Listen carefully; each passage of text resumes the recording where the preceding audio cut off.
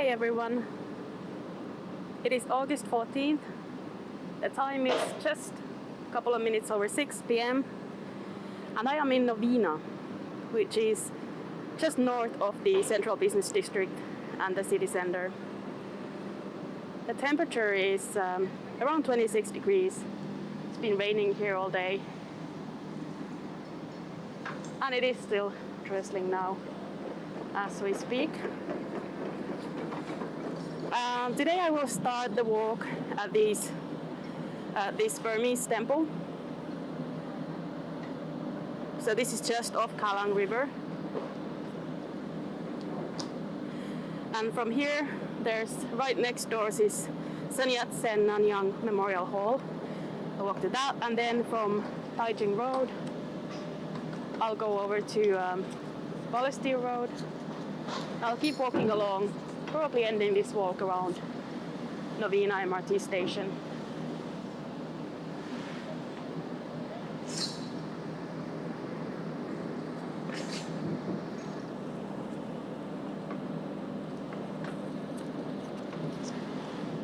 So let's just have a look on the other side of the road at the temple.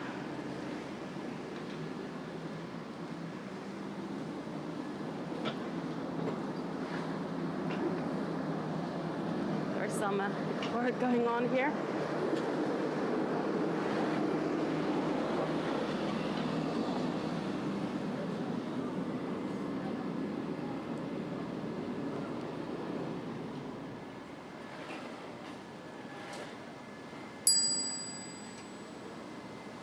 Let's just have a look through the gate.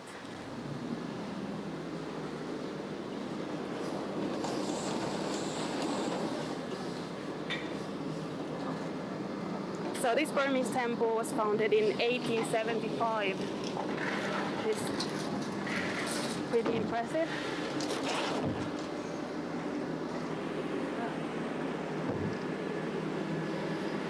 So it's the only one of its kind in Singapore.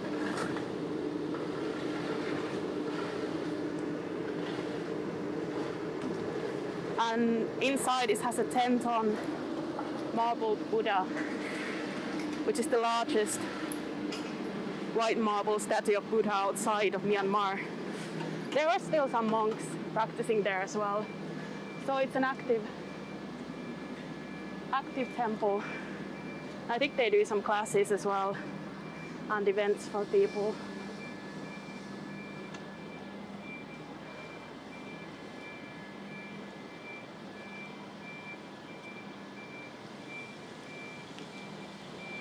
This is right next door, and this is Sun Yat-sen Nanyang Memorial Hall, which was the 19th century revolutionary headquarters. That was for the revolutionary movement in China. And Sun Yat-sen worked around a lot of places in Southeast Asia, Singapore being one of them. And this was the place where he visited and worked while he was in Singapore.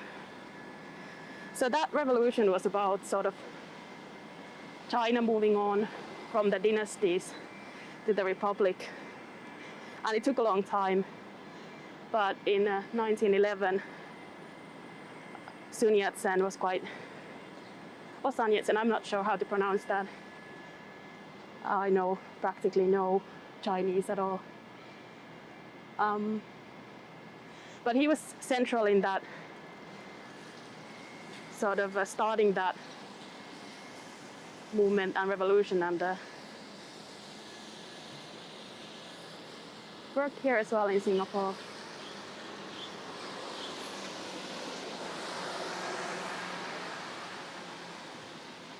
That's a nice view of both the temple, which is on many levels. You can see there are, I think, 3 levels at least.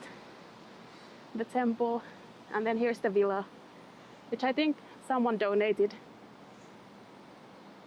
for the course of doing that work that they were doing here. That's really nice setting to start from.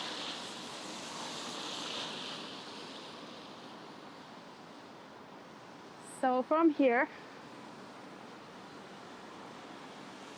we're going to walk to Balestier Road.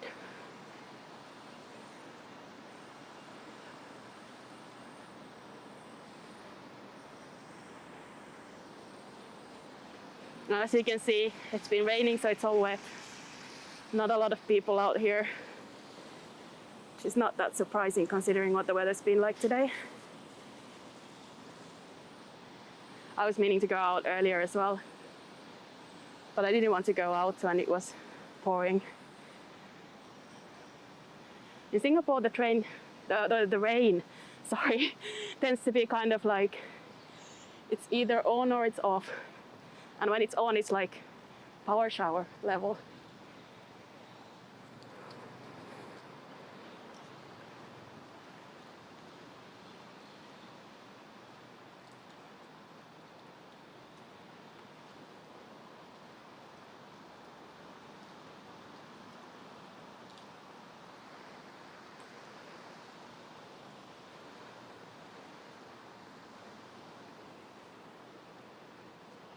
Have a look back. It does look like it's clearing up right now, which is good.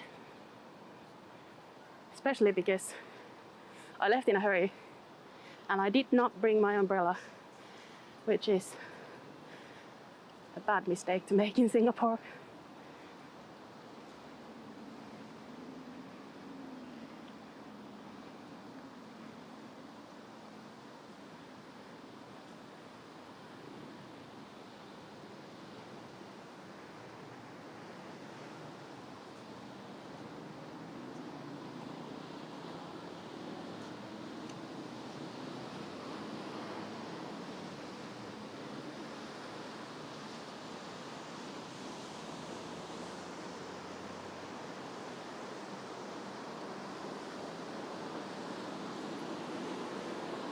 So I was talking about this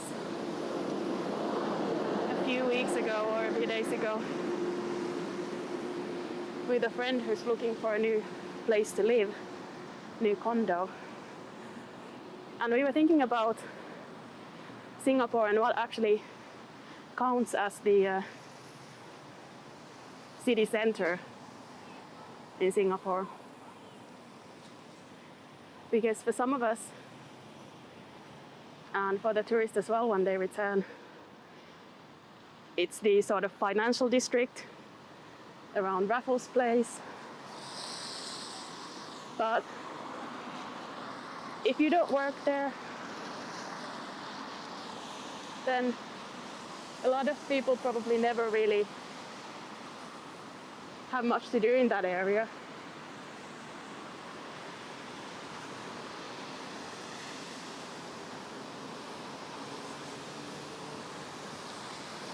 Then some definitely would say it's sort of like Orchard Road for the shopping and all of that. Now it is raining. I'll try to clean the lens if it keeps going. We'll see how this goes. But for me, for example, even when I lived in London, I never wanted to go to Oxford Street. Don't really go to Orchard Road that often, unless I have to visit somewhere like the Apple store or something.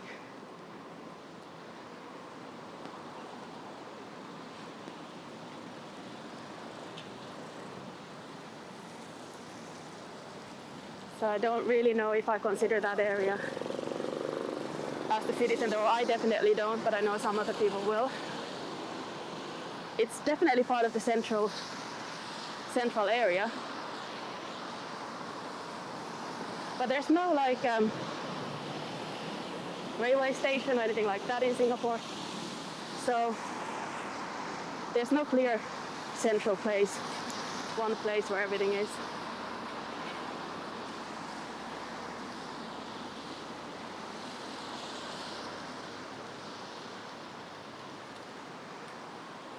I guess that's kind of the nature of having a city-state that doesn't really have any other cities. It's just more parts of town, different parts of town. Oh, now I've got to go get underneath that.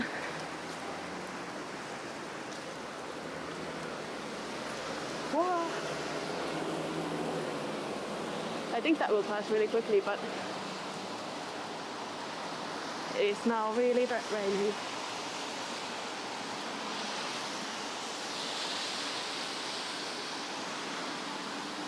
It's funny, I could also see a clear spike over there.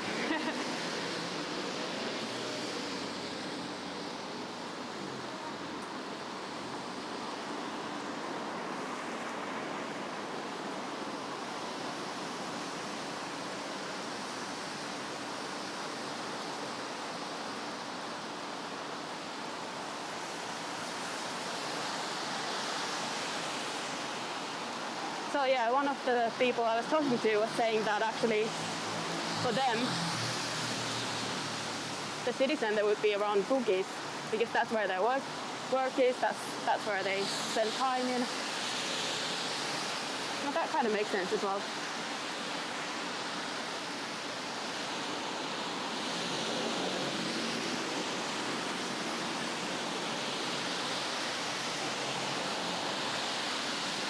I do have a hoodie with me. Might just throw that on, or yeah, I'm going to get really soaking wet if I just go out there now.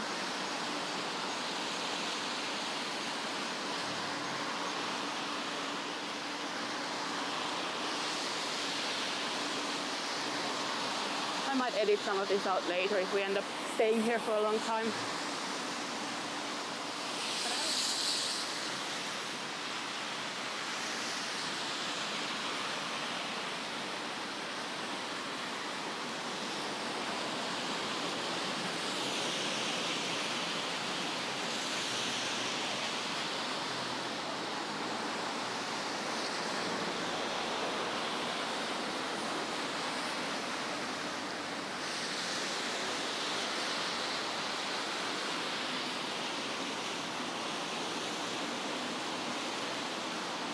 Okay, I think we're getting over the worst part of the rain. So let's head out and see how we do. Still raining. I think we'll be okay. We're not made of sugar.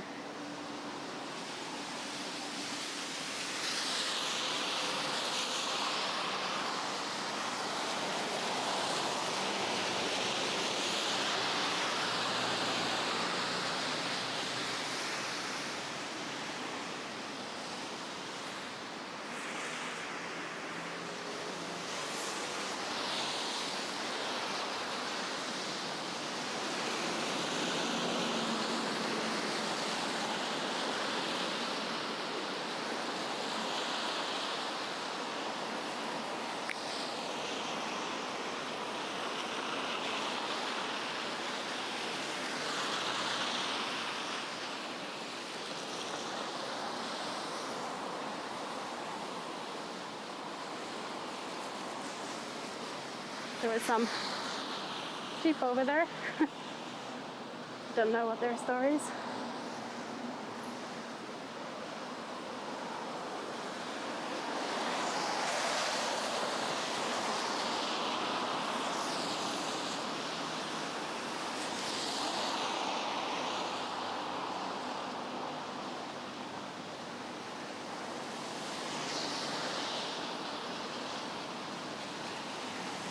There's a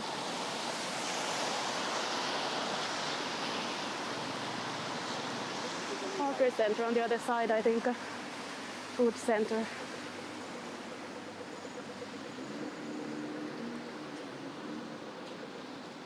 It seems quite busy actually. Across here as well.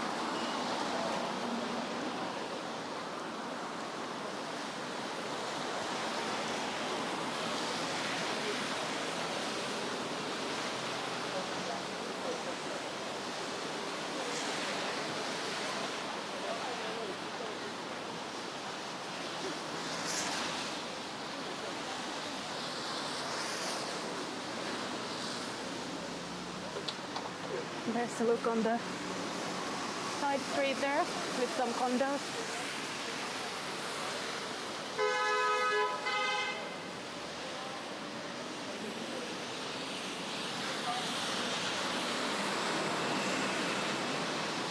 And as soon as the bus passes by, I'll turn to the other direction.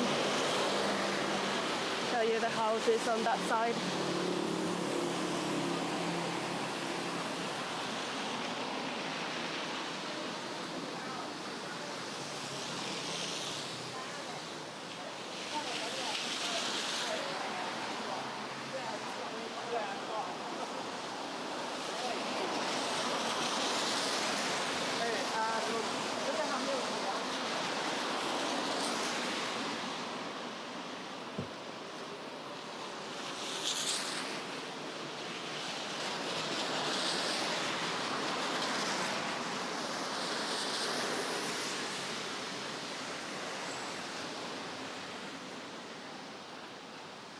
So you're down the side road there.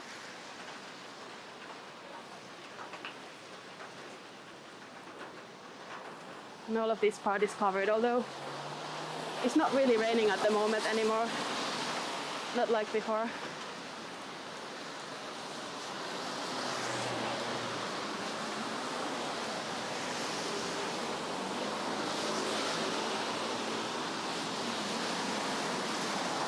One of the problems in Singapore is that although all of the covered walkways are really convenient and nice,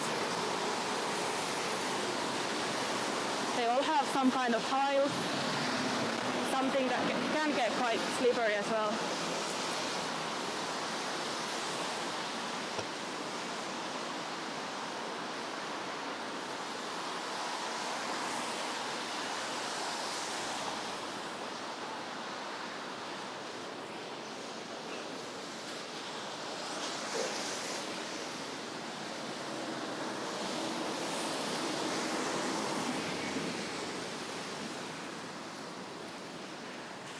So to that side, there is a hospital area there.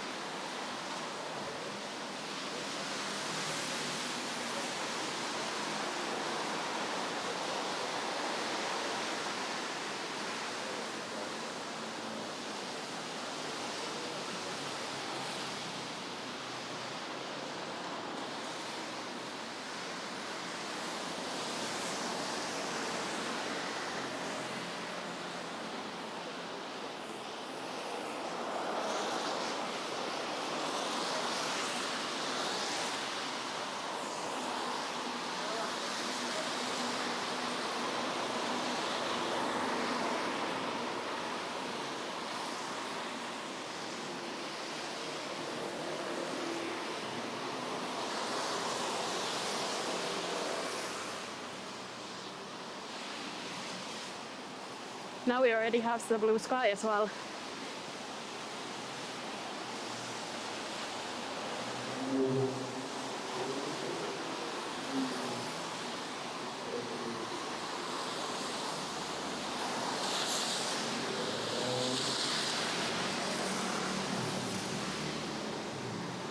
So some really nice buildings on that side street.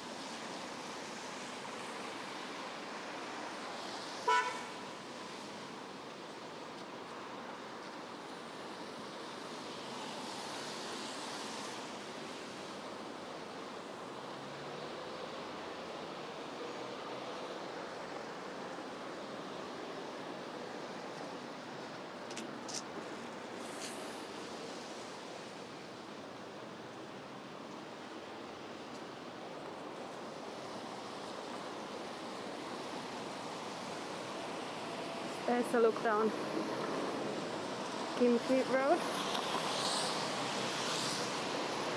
And we're still on Balestier Road.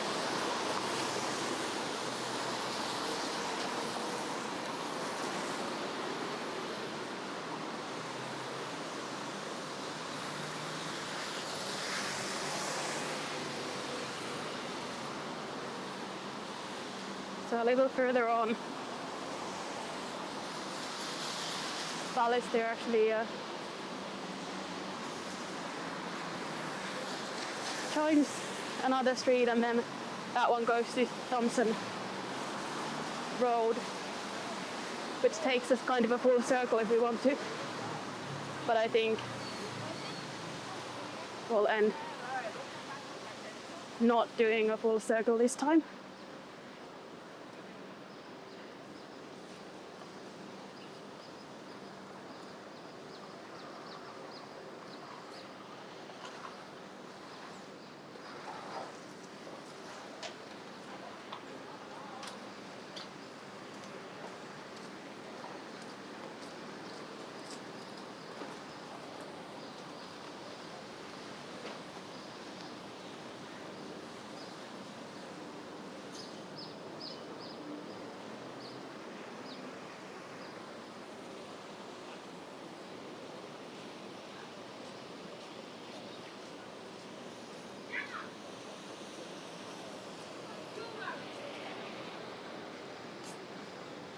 So that's Whampoa Drive.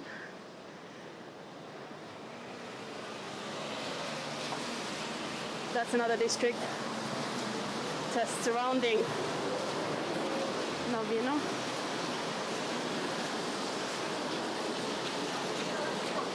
And we're coming to Moulmein Road, which is the one that will take us around.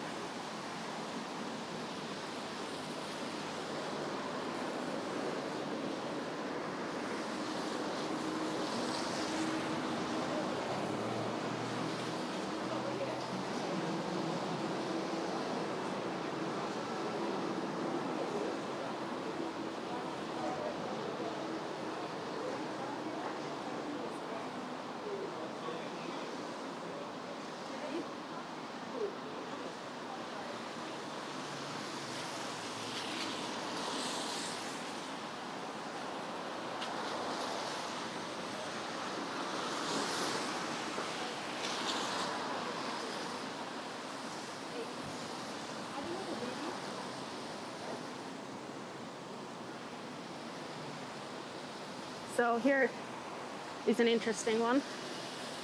So this temple, you can see the name here. I can try to pronounce that for you, but I wouldn't get it right. This one is an old one as well. So I was reading up on it, and I think the name in Hokkien means first of all, the area, the name of the area in mid 1800s,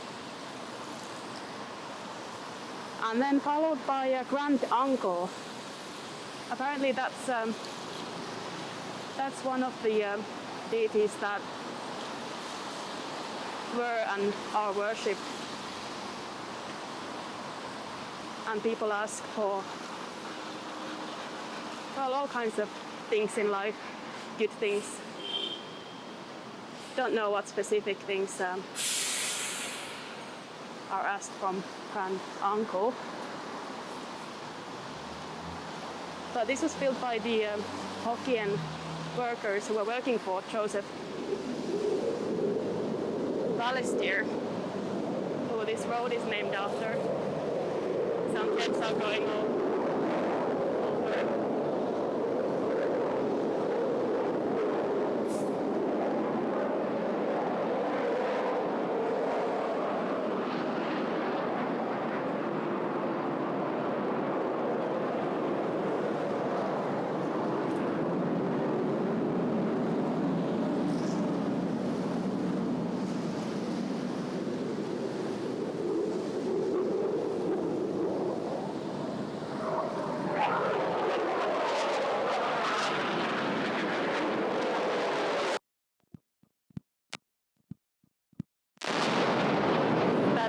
fighter jet planes doing tricks over us at the moment.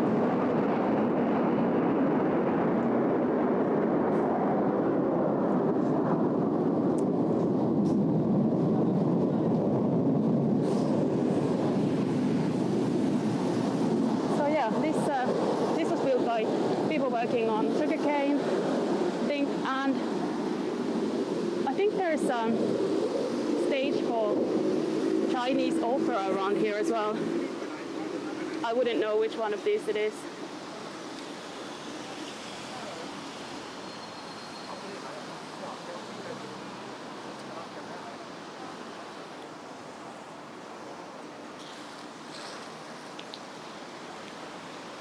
But they still do that, apparently, sometimes. I have no idea whether that's something that can go on right now, while we still have restrictions. But it's normally something they do, especially during festivals, Chinese festivals. And here's a very busy durian stall.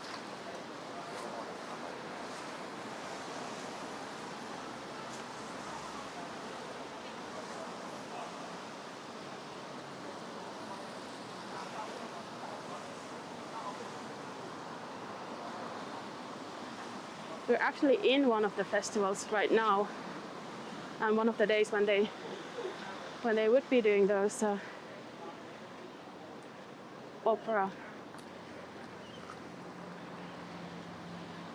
Chinese opera performances would be during the festival that we're in. So there is something that someone obviously who is part of that culture and does it regularly would be able to explain better. But currently,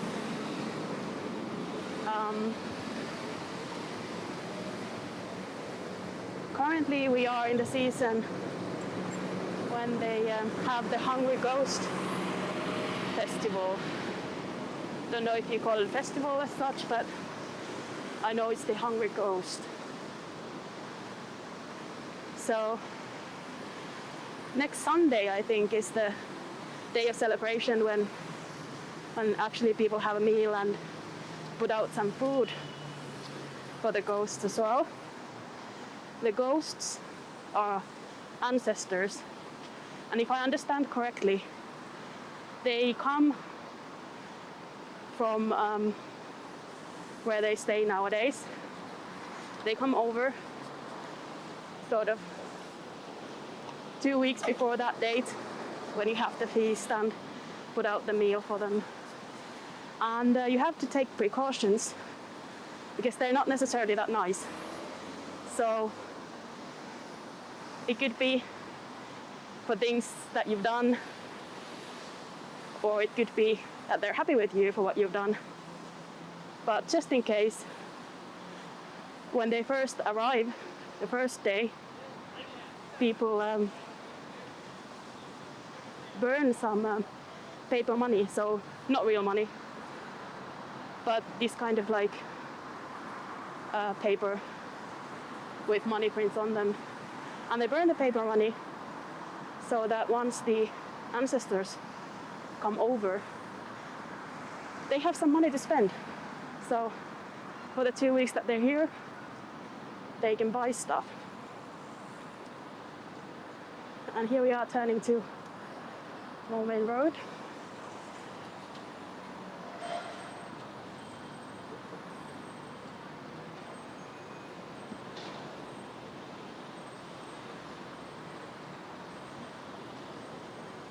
So that's the first thing you do. Give the ancestors some money. Then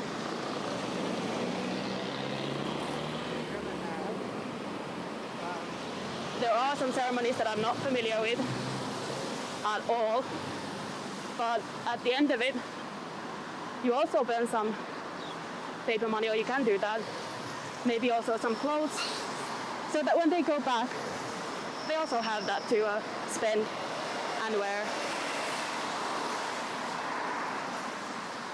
apparently it's the monks that then sing or chant, and that scares away the ghosts. So we're now into that season. Next weekend will be the festivities when people feed the very hungry ghosts who have been here with us for 2 weeks, probably without eating. And I think traditionally they would do the Chinese opera over there at that time.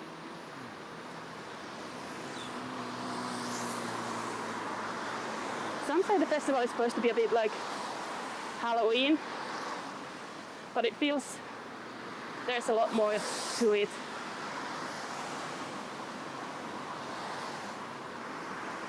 I think it's a good weather for that though, for walking with ghosts.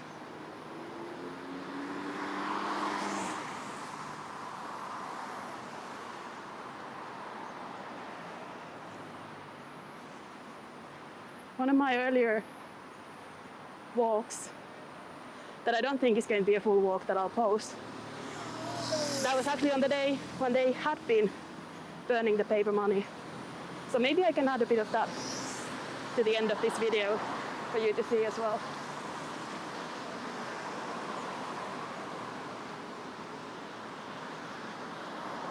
But it's definitely something that really does take place here and that people do. Not just for this.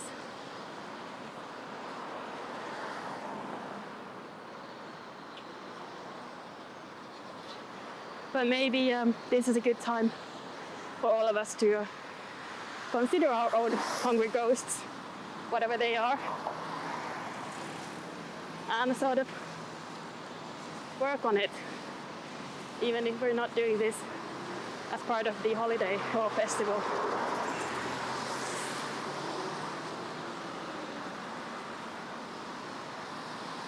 So, as we get closer to the station, the MRT station, I'm going to end this walk somewhere along there.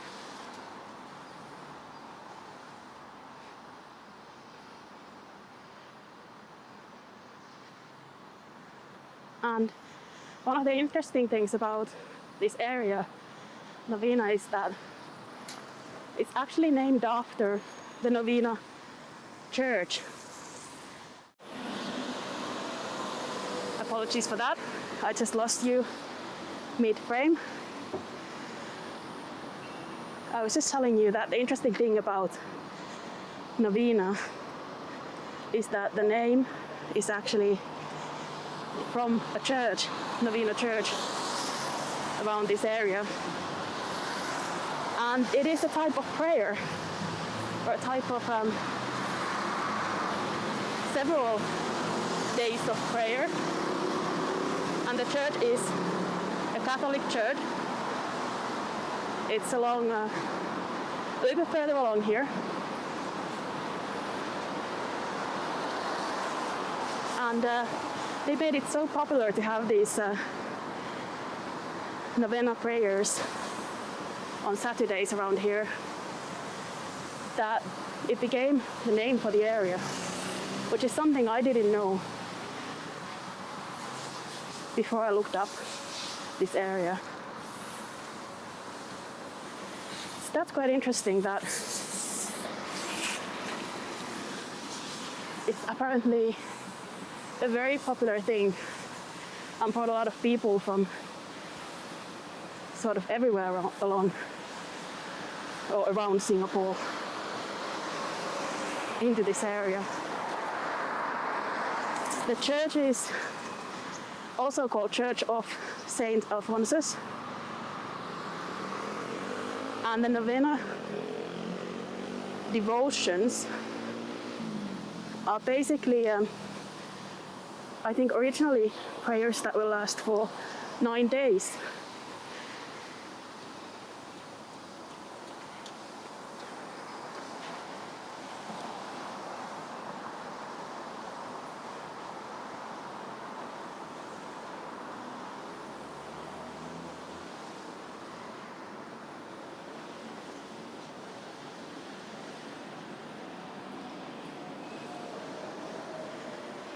And it's all very interesting because for me, at least, I haven't been very familiar with this area, but it has a lot of history and a lot of really interesting characteristics. And I've known it has nice areas to live in, nice condos.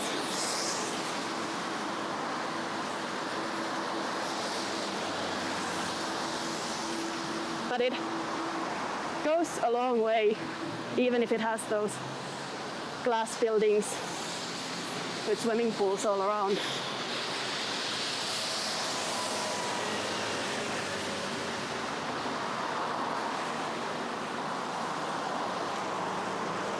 So there's the Church of Christ next to a temple on the other side.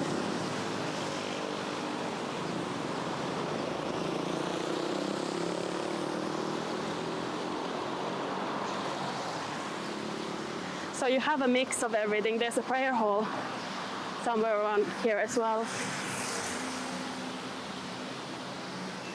But I'm not sure where exactly. Oh, there's a truck going by. He's letting me cross. It's very nice of him.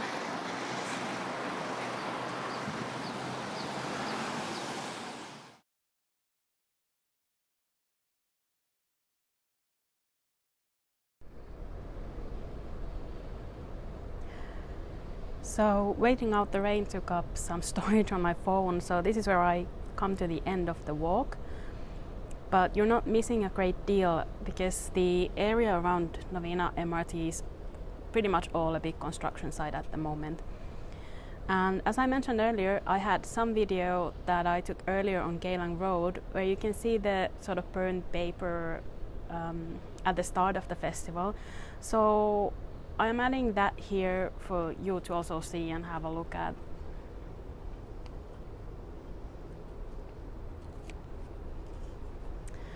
So I hope you enjoyed this rainy day walk in Novena, and remember to click subscribe if you would like to join me on my next walk. Thank you for watching, and I hope I see you soon.